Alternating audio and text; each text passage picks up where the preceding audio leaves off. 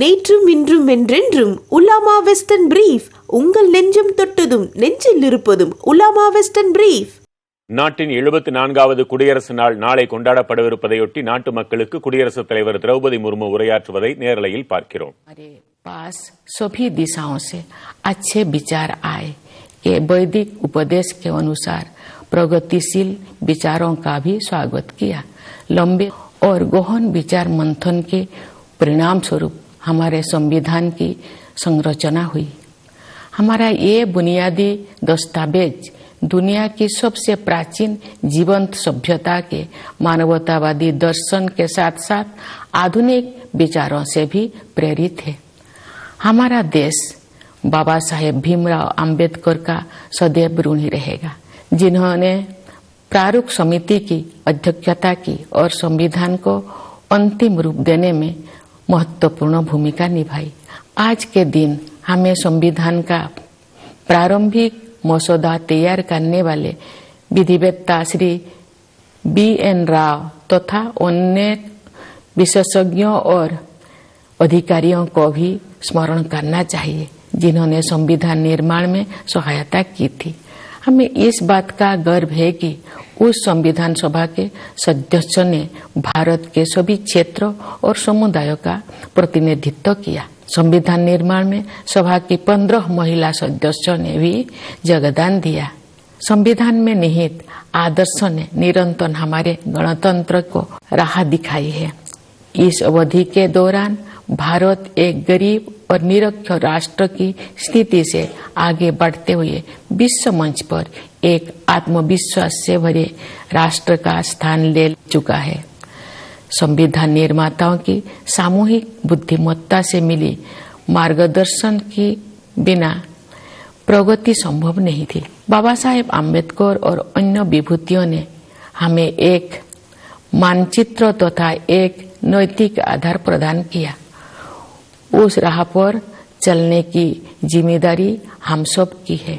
हम काफी हद तक उनकी उम्मीदों पर खरे उतरे भी हैं, लेकिन हम ये महसूस करते हैं कि गांधी जी के सर्वोदय की आदर्शों को प्राप्त करना अर्थात सभी का उत्थान किया जाना अभी बाकी है। फिर भी हमने सभी क्षेत्रों में उत्साहजनक प्रगति हासिल की है। प्यारे देशवासियों, सर्वोदय के हमारे मिशन में आर्थिक मंच पर हुई प्रगति सबसे अधिक उत्साहजनक रही है।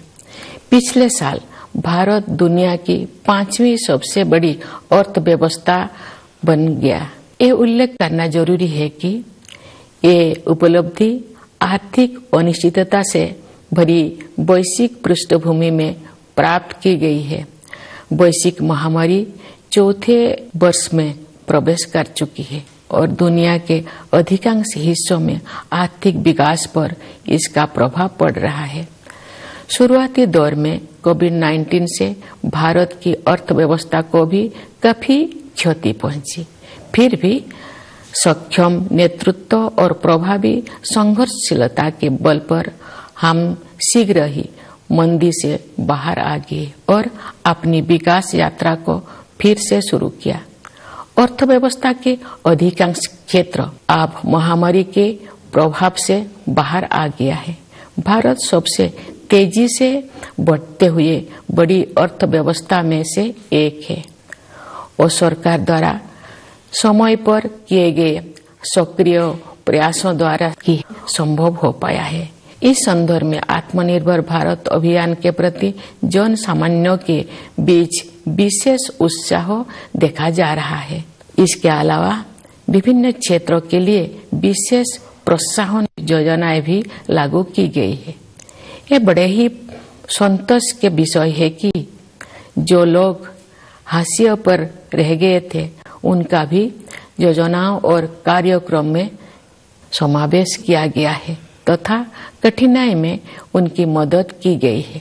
मार्च 2020 में घोषित प्रधानमंत्री गरीब कल्याण अन्न योजना पर अमल करते हुए सरकार ने उस समय गरीब परिवारों के लिए खाद्य सुरक्षा सुनिश्चित की जब हमारे देशवासी कोविड-19 की महामारी के कारण अकस्मात उत्पन्न हुए आर्थिक व्यवधान का सामना कर रहे थे। इस सहायता की वजह से किसी को भी खाली पेट नहीं सोना पड़ा। गरीब परिवारों के हित को सर्वोपरि रखते हुए इस योजना की अवधि को बार बार बढ़ाया गया तथा लगभग 81 करोड़ देशवासी लाभान्वित होते रहे।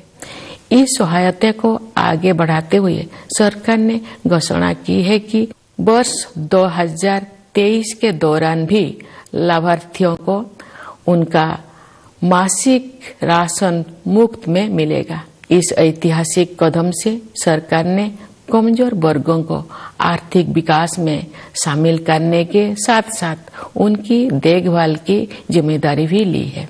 हमारे अर्थव्यवस्था का आधार सुदृढ़ होने के कारण हम उपयोगी प्रयासों का सिलसिला शुरू करने और उसे आगे बढ़ाने में सक्षम हो सके। हमारा अंतिम लक्ष्य एक ऐसा वातावरण बनाना है जिससे सभी नागरिक व्यक्तिगत और सामूहिक रूप से अपनी वास्तविक क्षमताओं का पूरा उपयोग करें और उनका जीवन फले फूले। इस उद्देश्य की प्राप्ति के लिए शिक्षा ही आधारशिला तैयार करती है। इसीलिए राष्ट्रीय शिक्षा नीति में महत्वाकांक्षी परिवर्तन किए गए हैं। शिक्षा के दो प्रमुख उद्देश्य कहे जा सकते हैं। पहले आर्थिक और सामाजिक सशक्तिकरण और दूसरा सत्य की खोज। राष्ट्रीय शिक्षा नीति इन दोनों लक्ष्यों को प्राप्त करने का मार्ग प्रशस्त करती है। यह नीति शिक्षार्थियों को 21वीं सदी की चुनौतियों के लिए तैयार करते हुए हमारी सभ्यता पर आधारित ज्ञान को समकालीन जीवन के लिए प्रासंगिक बनाती है। इस नीति में शिक्षा प्रक्रिया को विस्तार और गहराई प्रदान करने के लिए प्रौद्योगिकी की महत्वपूर्ण भूमिका को रेखांकित किया गया है। हमें कोविड-19 के शुरुआती दौर में ये देखने को मिला कि प्रौद्योगिकी में जीवन को बदलने की संभावनाएं होती है। डिजिटल इंडिया मिशन के तहत गांव और शहर की दूरी को समाप्त करके सूचना और संचार प्रौद्योगिकी को समावेशी बनाने का प्रयास किया जा रहा है। दूर दराज के स्थानों में अधिक से अधिक लोग इंटरनेट का लाभ उठा रहे हैं। बुनियादी ढांचे में हुए विस्तार की सहायता से सरकार द्वारा उपलब्ध कराए जा रहे विभिन्न प्रकार की सेवाएं लोगों को प्राप्त हो रहा है। हम विज्ञान और प्रौद्योगिकी के क्षेत्र में अपनी उपलब्धियों पर गर्व का अनुभव कर सकते हैं। आंतरिक प्रौद्योगिकी के क्षेत्र में भारत गिने चुने अग्रणी देशों में से एक रहा है।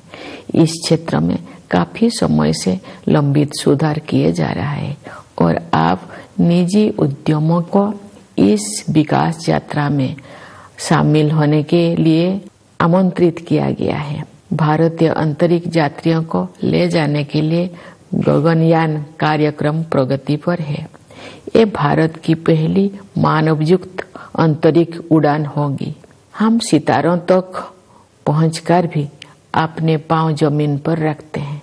भारत का मंगल मिशन असाधारण महिलाओं की एक टीम द्वारा संचालित किया गया था और अन्य क्षेत्रों में भी बहनों और बेटियां आप पीछे नहीं है। महिला सशक्तिकरण तथा महिला और पुरुष के बीच समानता अब केवल नारे नहीं रह गए हैं। हमने हाल के वर्षों में इन आदर्शों तक पहुंचने की दिशा में काफी प्रगति की है। बेटी बचाओ बेटी पढ़ाओ अभियान में लोगों की भागीदारी के बल पर हर कार्य क्षेत्र में महिलाओं का प्रतिनिधित्व बढ़ रहा है। राज्य की अपनी यात्राओं, शिक्षण संस्थानों के कार्यक्रमों और प्रोफेशनल्स के विभिन्न प्रतिनिधि मंडलों से मिलने के दौरान मैं युवतियों के आत्मविश्वास से बहुत प्रभावित होती हूँ। मेरे मन में कोई संदेह नहीं है कि महिलाओं की आने वाले काल के भारत को स्वरूप देने के लिए अधिकतम योगदान देंगे। यदि आधी आबादी को राष्ट्र निर्माण में अपनी श्रेष्ठतम क्षमता के अनुसार योगदान करने की अवसर दिया जाए तथा उन्हें प्रोत्साहित किया जाए तो ऐसे कौन सा चमत्कार है जो नहीं किया जा सकता है।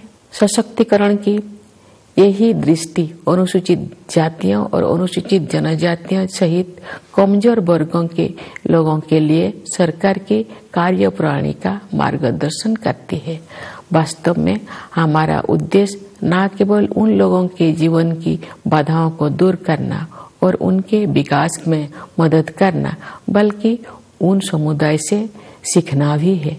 विशेष रूप से जनजातीय समुदाय के लोग पर्यावरण की रक्षा से लेकर समाज को और अधिक एकजुट बनाने तक कई क्षेत्रों में सीख दे सकते हैं।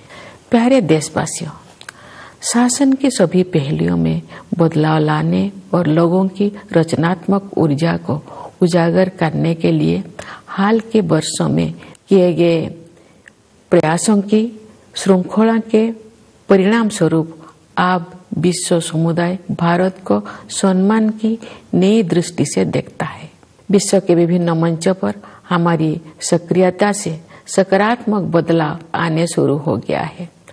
विश्व मंच पर भारत ने जो सम्मान अर्जित किया है उसके फलस्वरूप देश को नए अवसर और जिम्मेदारियां भी मिली है। जैसा कि आप सब जानते हैं, इस वर्ष भारत G20 देशों के समूह की अध्यक्षता कर रहा है। विश्व बंधुत्व के अपने आदर्श के अनुरूप हम सभी की शांति और समृद्धि के पक्षधर है। G20 की अध्यक्षता एक बेहतर विश्व के निर्माण में योगदान हेतु भारत को अत्यंत महत्वपूर्ण भूमिका प्रदान करती है।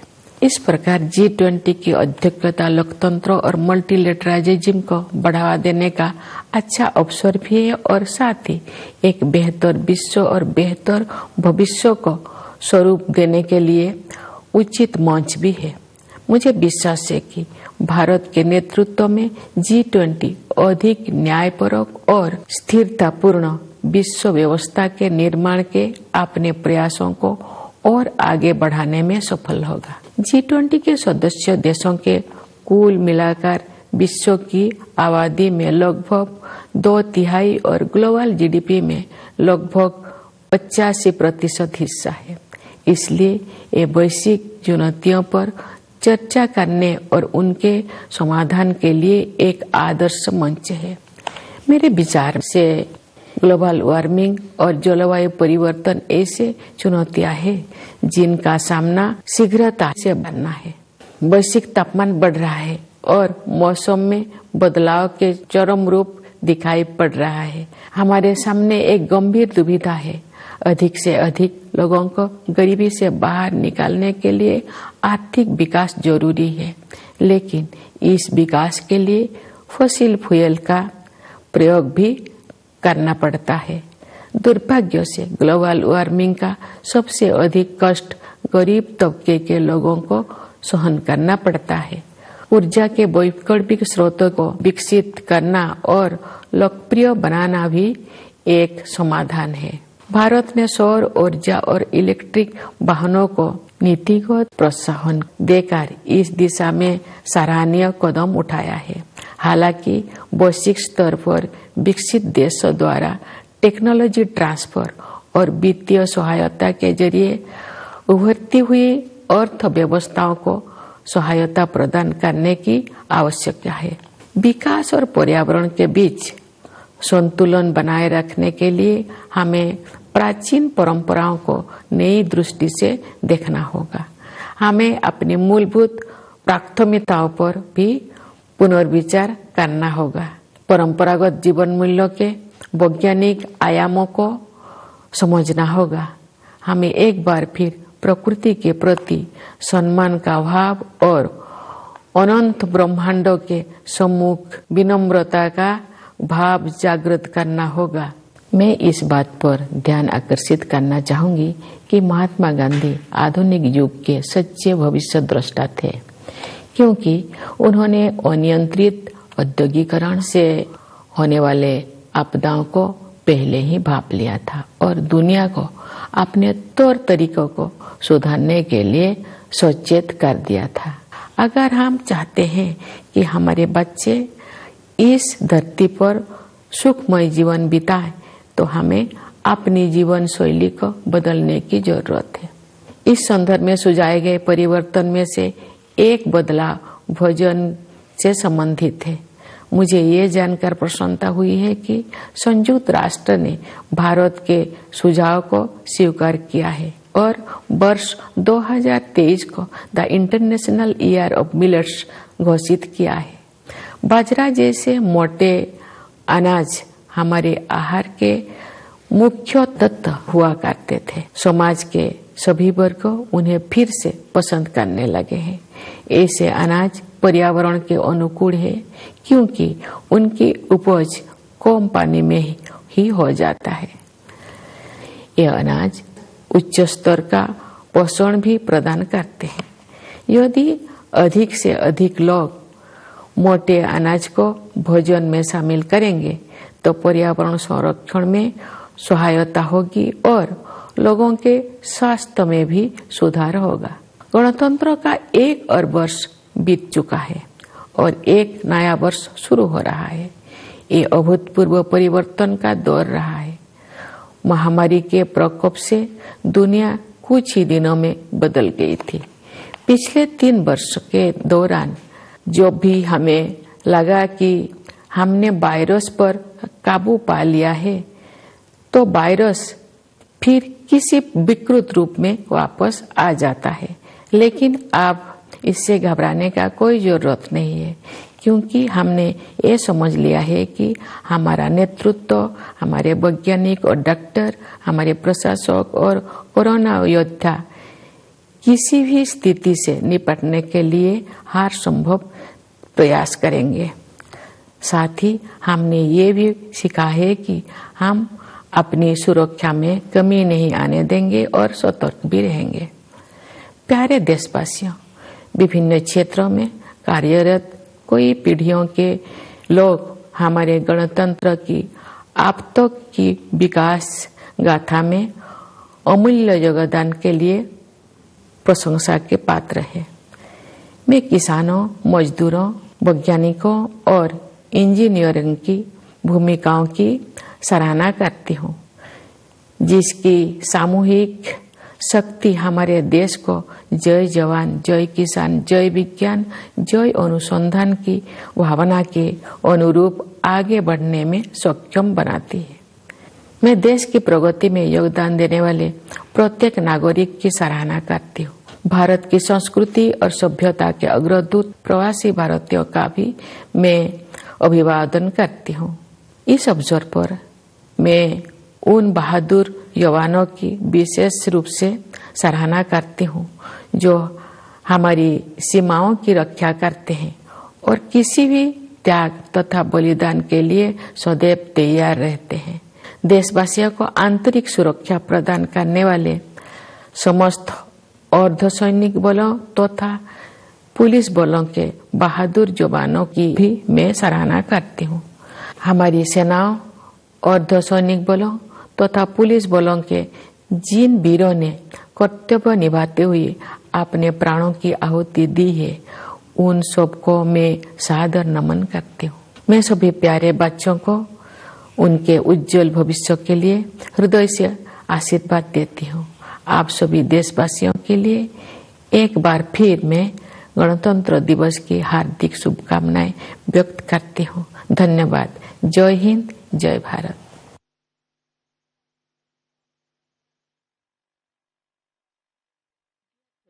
குடியரசுத் தலைவர் திரௌபதி முர்மு தமது முதலாவது குடியரசு நாள் உரையை நாட்டு மக்களுக்கு வாழ்த்துக்களை தெரிவித்து ஆற்றினார்.